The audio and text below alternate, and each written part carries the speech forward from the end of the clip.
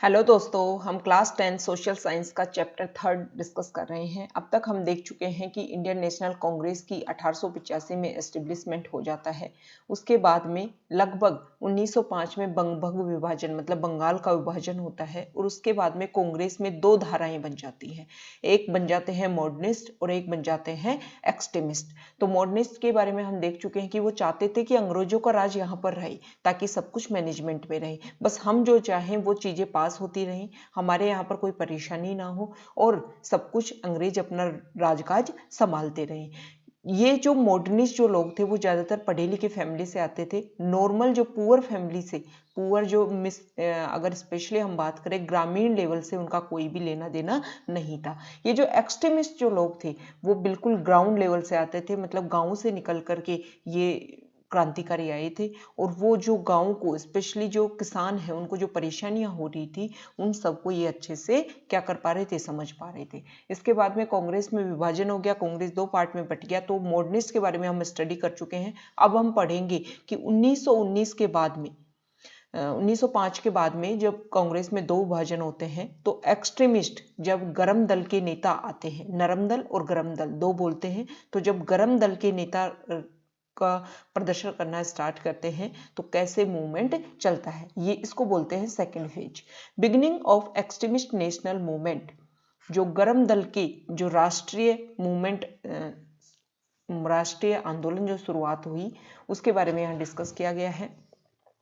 देखो, जैसे ही 19वीं शताब्दी खत्म होने वाली थी और 20वीं शताब्दी का शुरुआत होने वाली थी, जो कांग्रेस है उसके ऊपर एक्सट्रीमिस्ट व्यूज से संबंधित जो लोग थे उनका प्रभाव दिखाई देने लग गया था। मतलब कांग्रेस में गरम विचारधारा वाले लोग मतलब नरम विचारधारा वाले लोग ये थे कि सिर्फ और सिर्फ आप ज्ञापन देते रहो, वहां पर जाकर आप गिड़गिड़ाते रहो, उनको अपनी परेशानियां तो बताओ।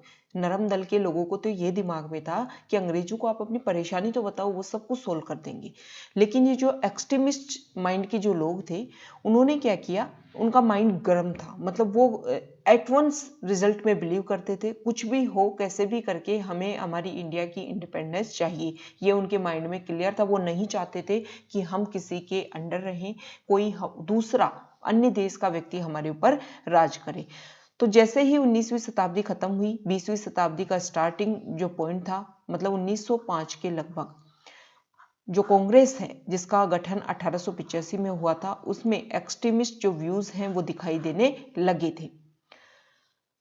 Split began in the Congress at the time when a conflict took place between the extremist reformers on Lokmanya Tilak's issue of social reforms। सबसे ज्यादा जब विभाजन कब हुआ कांग्रेस में, गरम दल और नरम दल दो विचारधाराओं में विभाजन कांग्रेस का कब हुआ, जब लोकमान्य तिलक ने जो सोशल रिफॉर्म्स जो चल रहे थे, समाज में जो सुधार चल रहे थे उनके ऊपर जब लोकमान्य तिलक ने इश्यू किया, अपनी प्रॉब्लम्स उठाई, तब जाकर के ये जो संघर्ष है, ये दोनों के बीच में जो कॉन्फ्लिक्ट चल रहा था ये और ज्यादा बढ़ गया।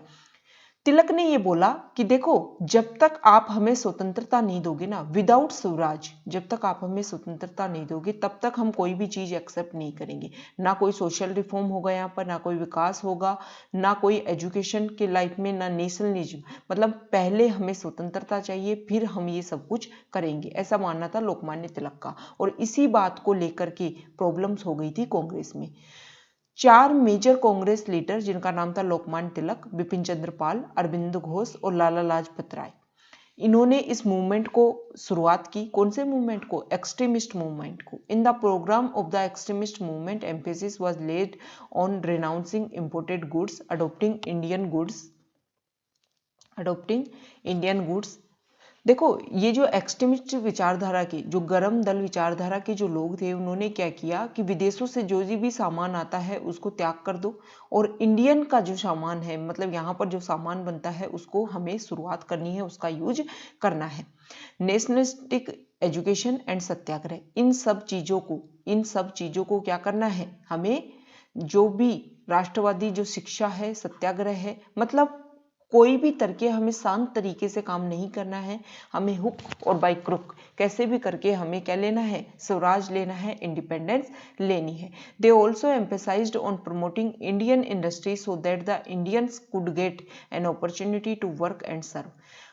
ये जो गर्म विचारधारा के एक्सट्रीमिस्ट जो मूवमेंट चला उसमें लाला लाजपत राय, विपिन चंद्र पाल और अरविंदो घोष और विपिन चंद्र पाल और लाला लाजपत राय, लोकमान्य तिलक, ये 4 नेता थे। तो देखो ये एक्सट्रीमिस्ट व्यूज वाले लोग थे, ये हमें ध्यान होना चाहिए।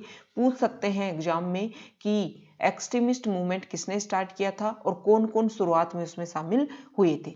तो एक्सट्रीमिस्ट विचारधारा के जो लोग थे वो ये चाहते थे कि देखो हमारे भारतीयों के द्वारा जो भी चीजें बनाई जाती हैं उनको बढ़ावा दिया जाए, उन इंडस्ट्रीज को, और उन्हीं चीजों को हमें यूज में लेना है।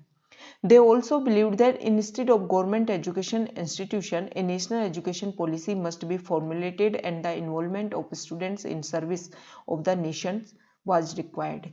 विदेशों से जो शिक्षा दी जा रही थी उसका करना था हमें विरोध, और इंडिया की खुद की नेशनल एजुकेशन पॉलिसी बनानी थी और उसी के अंडर लोगों को क्या, बच्चों को उसमें शिक्षा देनी थी। ऐसा इन एक्सट्रीमिस्ट मूवमेंट वाले लोग ऐसा बोल रहे थे। होम रूल मूवमेंट 1915 में मिसेज एनी बिसेंट ने सबसे पहले होम रूल लीग की स्थापना की और आयरिश होम रूल लीग जो था उसके मॉडल को फॉलो किया। मतलब उसके मॉडल के ऊपर मिसेज एनी बिसेंट ने 1915 में होम रूल लीग की स्थापना की थी। इंपॉर्टेंट लाइन है, ध्यान होना चाहिए, कैसे भी क्वेश्चन पूछ सकता है। होम रूल लीग की स्थापना मिसेज एनी बिसेंट ने 1915 में, और किसके मॉडल पे, आयरिश होम रूल लीग के मॉडल की स्थापना की थी। 1916 में जो लोकमान्य तिलक थे उन्होंने भी खुद का होम रूल लीग स्थापना की बेलगांव में, Belgaum Karnataka. Both the organisation used to work in unison. देखो दोनों ही जो ऑर्गेनाइजेशन है वो संगठन में काम कर रहे थे और ये चाहते थे कि इंडिपेंडेंस मिले इंडिया को। इन दोनों ही ऑर्गेनाइजेशन का ये उद्देश्य था कि लोगों में स्वतंत्रता की जो डिमांड है वो लोगों में फैलाया जाए, और किसके लिए, लोगों में जो ब्रिटिश एम्पायर के लिए जो घृणा है, जो वो हमारा यहाँ पर अधिकारों का जो हनन कर रहे हैं, उन सब चीजों को लोगों को बताया जाए। पॉलिटिकल मूवमेंट्स फ्रॉम 1919 टू 1947, 1919 से 1947 तक जो जो पॉलिटिकल मूवमेंट चला उसके बारे में यहाँ डिस्कस किया गया है। मतलब कैसे इंडिया को आजाद किया गया। 1947 में देखो हम आजाद हो गए थे और ये समय चल रहा था अंग्रेजों का। ब्रिटिश ऑफिसर्स थे, ब्रिटिश इंडिया कंपनी जो थी वो हमारे ऊपर राज कर रही थी। हमें पता ही है, हिस्ट्री में हम पढ़ चुके हैं, 1600 में स्टार्टिंग में वो हमारे यहाँ पर क्या करने आए थे, व्यापार के लिए इंडिया आए थे। धीरे धीरे यहाँ के अंदर की जब उन्होंने राजनीति पॉलिटिक्स को समझा तो हमारे यहाँ पर आक्रमण वापस वो ही करने लगी। 1757 में हुआ था प्लासी का युद्ध और 1764 में हुआ था बक्सर का युद्ध। इसके बाद में वो पॉलिटिक्स में, यहाँ की जो पॉलिटिक्स थी उसमें इन्वॉल्वमेंट हो गया था अंग्रेजों का। फर्स्ट है रोलेट एक्ट। देखो एक क्वेश्चन आ सकता है कि 1919 से 1947 तक पॉलिटिकल मूवमेंट्स में क्या क्या हुआ था। तो ये इंपॉर्टेंट जो पॉइंट है वो हम डिस्कस करेंगे और उनके बारे में जो मेन चीजें हैं वो आपको पता होनी चाहिए। रोलेट एक्ट, देखो पहला विश्व युद्ध, अब तक हमारे विश्व में 2 विश्व युद्ध हो चुके हैं। विश्व युद्ध मतलब पूरा विश्व उस युद्ध में उलझ चुका था। तो पहला विश्व युद्ध हुआ था 1914 से 1918 के बीच में, और दूसरा विश्व युद्ध हुआ था 1939 से 1945 के बीच में। पहले विश्व युद्ध के जब खत्म हुआ था तो राष्ट्र संघ की स्थापना की गई थी, ठीक है। लेकिन ये राष्ट्र संघ जिस ऑब्जेक्टिव के साथ में इसकी स्थापना की गई थी वो काम नहीं कर पाया और दोबारा से विश्व युद्ध हो जाता है। और इसके बाद में जो वर्तमान में हम नाम सुनते हैं ना, यूनाइटेड नेशन, संयुक्त राष्ट्र संघ, उसकी स्थापना की गई थी सेकेंड वर्ल्ड वॉर के बाद में। और आज तक यूनाइटेड नेशंस काम कर रहा है क्योंकि राष्ट्र संघ के समय में जो कमियां रही उन सबको सुधारा गया और फिर उन सारी कमियों को सुधारते हुए यूनाइटेड नेशंस को एस्टेब्लिश किया गया था। तो इस चीज से हम ये सीख सकते हैं कि हमने जो लाइफ में पहले मिस्टेक्स की है ना, उनको अगर चेंज करके हम दोबारा से इंप्लीमेंट हमारी लाइफ में उन चीजों को करें और जो गलतियां की हैं उनको हटा दें तो हम बहुत बेहतरीन ढंग से काम कर सकते हैं। तो यूएन आज तक काम कर रहा है। तो पहले विश्व युद्ध के बाद में जैसे ही खत्म होने वाला था, ब्रिटिश गवर्नमेंट ने अश्योर कर दिया था इंडियंस को कि इंडियंस को बहुत ज्यादा इस चीज का फायदा मिलेगा, हम इंडियंस के फायदे के लिए काम करेंगे। लेकिन जैसे ही फर्स्ट वर्ल्ड वॉर खत्म होता है उसके बाद में जो सुधार किए गए वो संतुष्टजनक नहीं थे। मतलब इंडियंस उन चीजों से संतुष्ट नहीं हुए, जो सोचा था उससे विरुद्ध वो काम हुआ, उसके विपरीत काम हुआ। इकोनॉमिक एक्सप्लॉयटेशन होने लग गया और ज़्यादा, स्ट्रिक्ट रेस्ट्रिक्शन लगा दिए प्रेस के ऊपर, प्रेस मतलब अखबार, जो न्यूज़पेपर जर्नल्स जो लगती थी उनके ऊपर बहुत सारे प्रतिबंध लगा दिए, और भी ज़्यादा एक्सप्लोटिव मेजर्स होने लगे, उनको इंट्रोड्यूस की गया। मतलब हर तरीके से जो उत्पीड़न है, जो हमारे ऊपर जो अत्याचार है वो और ज़्यादा बढ़ गया फर्स्ट वर्ल्ड वॉर के बाद में। देखो, जब ये सब कुछ हो रहा था तो हमारे इंडियन जो पीपल है वो इन सब के खिलाफ में, अपोजिशन में, विरोध में, अंग्रेजों के खिलाफ फर्मली मतलब दृढ़ होकर के खड़े हो गए। अब गवर्नमेंट को ये लगने लगा, जो यहाँ पर हमारी ब्रिटिश ईस्ट इंडिया कंपनी हमारे यहाँ रूल कर रही थी, उसको ये लगने लगा कि हमारे खिलाफ कुछ षड्यंत्र हो सकता है। इसलिए उन्होंने 1917 में सिडने रोलेट के चेयरमैनशिप के अंडर एक कमेटी बनाई, और ये जो बिल बनाया गया ना, वो इस कमेटी के द्वारा जो बिल बनाया गया वो पास हुआ लेजिस्लेचर में। कहाँ की लेजिस्लेचर में? ब्रिटिश लेजिस्लेचर, यूके की लेजिस्लेचर में 17 मार्च 1919 को। इस एक्ट के अंदर, इस एक्ट रोलेट एक्ट में क्या था कि कोई भी व्यक्ति अगर उसके ऊपर डाउट हो ना, मतलब सिर्फ संदेह हो कि ये हमारे खिलाफ काम कर रहा है, तो उसको गिरफ्तार किया जा सकता है। उस व्यक्ति को ना तो कोई अपील करने की छूट मिलेगी, ना ही कोई तर्क वितर्क करने की छूट मिलेगी, ना ही कोई लीगल एड राइट्स मिलेंगे। ये सब कुछ उसके ऊपर बैन किए गए, और इसीलिए इस रोलेट एक्ट को बोला गया काला कानून। ठीक है, तो क्वेश्चन आता है कि काला कानून क्या था? तो काला कानून ये था कि कोई भी व्यक्ति अगर उसके ऊपर कोई डाउट हो तो उसके आधार पर, सिर्फ डाउट के आधार पर किसी भी व्यक्ति को गिरफ्तार किया जा सकता है। तो इंपॉर्टेंट है, सीधा क्वेश्चन आ सकता है कि Rowlatt act, what is Rowlatt act? तो रोलेट एक्ट के बारे में ये हमें पता होना चाहिए। और काला कानून किसको बोला गया? तो रोलेट एक्ट को बोला गया। और किसकी चेयरमैनशिप में ये लॉ बना था? तो सिडने रोलेट की चेयरमैनशिप में। जलियांवाला मैसकर, जलियांवाला हत्याकांड, 13 अप्रैल 1919 को एक असेंबली ऑर्गेनाइज होती है जलियांवाला बाग में, जो पंजाब में है, प्रोटेस्ट करने के लिए, विरोध करने के लिए इस रोलेट एक्ट का। डेट ध्यान रखनी है, 13 अप्रैल 1919। जलियांवाला बाग में लोग इकट्ठे होते हैं, 20,000 से ज्यादा आदमी, पुरुष, बच्चे सब यहाँ इकट्ठे होते हैं। जनरल डायर अचानक से एंट्री मारता है, उसको पता चलता है कितने सारे लोग उनके खिलाफ कंस्पिरेसी कर रहे हैं, तो वो सीधा आकर के वहां पर धुआंधार गोलाबारी स्टार्ट हो जाती है। ऐसा बोला जाता है कि जब तक वो फायरिंग करते रहते हैं, जब तक गोलियां समाप्त नहीं हो जाती। तो देखो, क्वेश्चन बन जाता है कि जलियांवाला मैसकर कब हुआ था? 13 अप्रैल 1919। किसने करवाया था? जनरल डायर ने। क्यों हुआ था? क्योंकि यहाँ पर 20,000 से ज्यादा लोग, ये जो रोलेट एक्ट आया था ना, उसका विरोध करने के लिए यहाँ पर इकट्ठे हुए थे। देखो, ऑफिस, अगर अंग्रेजों के ऑफिस रिकॉर्ड की बात माने तो 379 लोग इसमें मारे गए थे, लेकिन अगर कांग्रेस कमेटी की को क्लेम को माने तो 1,000 से ज्यादा लोग इसमें मारे गए थे। अब देखो, 1915 के लगभग इंडिया में महात्मा गांधी जी की एंट्री होती है। ठीक है, 1915 से पहले वो साउथ अफ्रीका थे, और साउथ अफ्रीका में सत्याग्रह का प्रयोग, रंगभेद की नीति के खिलाफ वो काम करके आए थे। उनके हौसले बुलंद थे। शुरुआत में तो वो ये चाहते थे कि जो अंग्रेज है वो हमारे खिलाफ काम नहीं कर रहे हैं, लेकिन जब यहाँ पर वो आए और उनकी जो चर्चाएं थी ना, जो दक्षिण अफ्रीका में वो काम करके आए थे, वो इंडिया में फैल चुकी थी। तो इंडिया के हर एरिया में जो भी विरोध हो रहा था, जो भी परेशानियां हो रही थी, ठीक है, जैसे खेड़ा सत्याग्रह, अहमदाबाद मिल मजदूर जो प्रॉब्लम चल रही थी, उन सब के लोगों ने गांधी जी को अपने यहाँ पर आमंत्रित किया। और जब गांधी जी ने पूरे भारत की विजिट की तो उन्होंने एक बात देखी कि ये तो इंडिया के साथ तो बहुत गलत हो रहा है।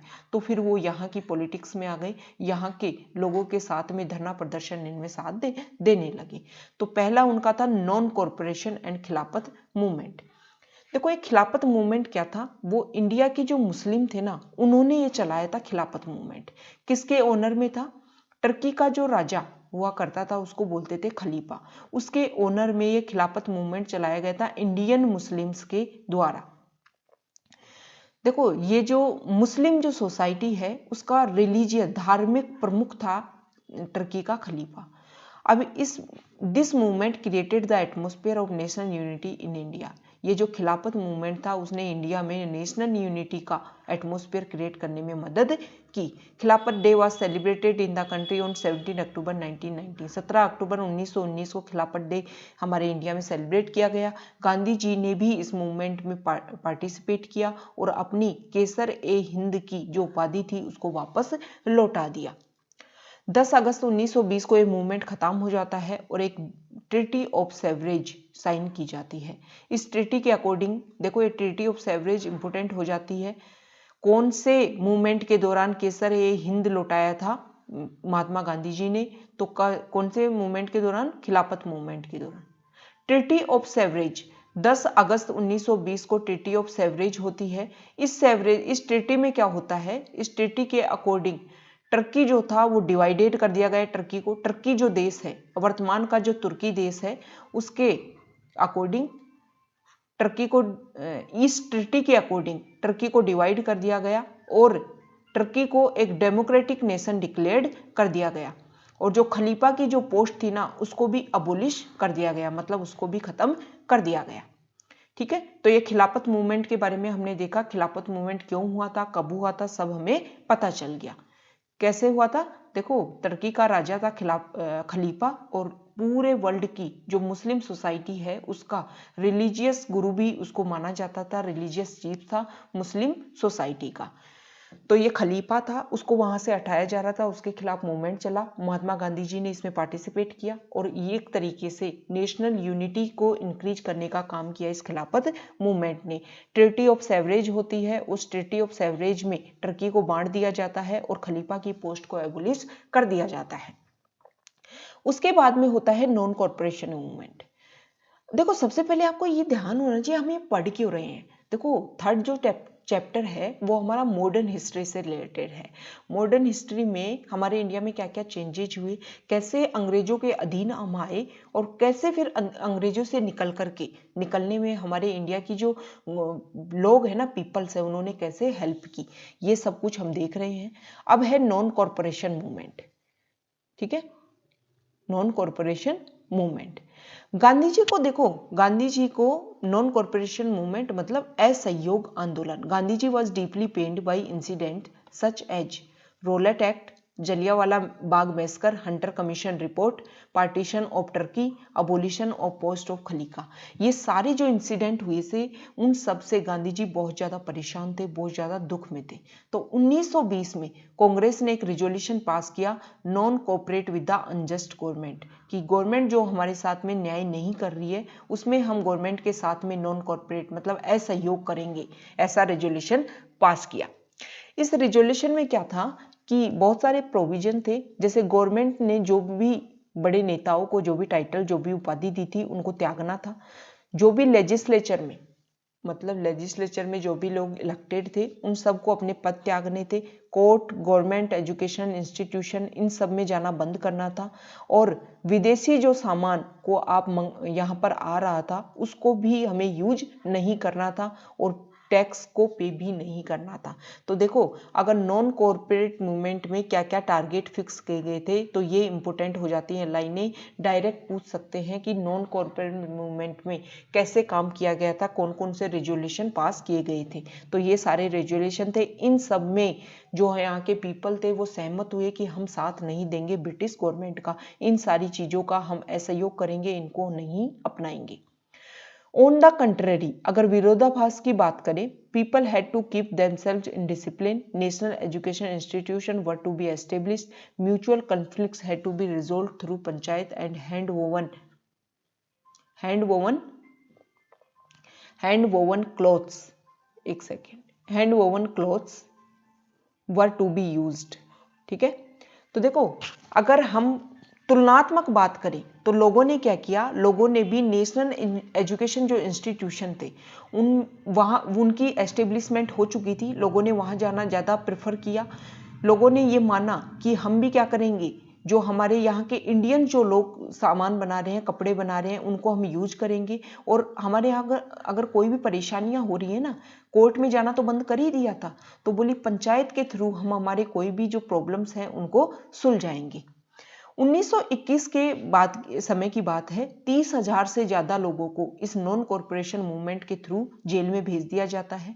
और पहली बार ऐसा होता है कि बहुत सारे लोग एक इंडिपेंडेंट नेशन के लिए, कारण क्या था कि हमारे देश को आजाद करवाना, इसके लिए बहुत सारे लोग पहली बार इंडिया में जेल गए थे और इतने सारे लोगों ने पार्टिसिपेट किया था।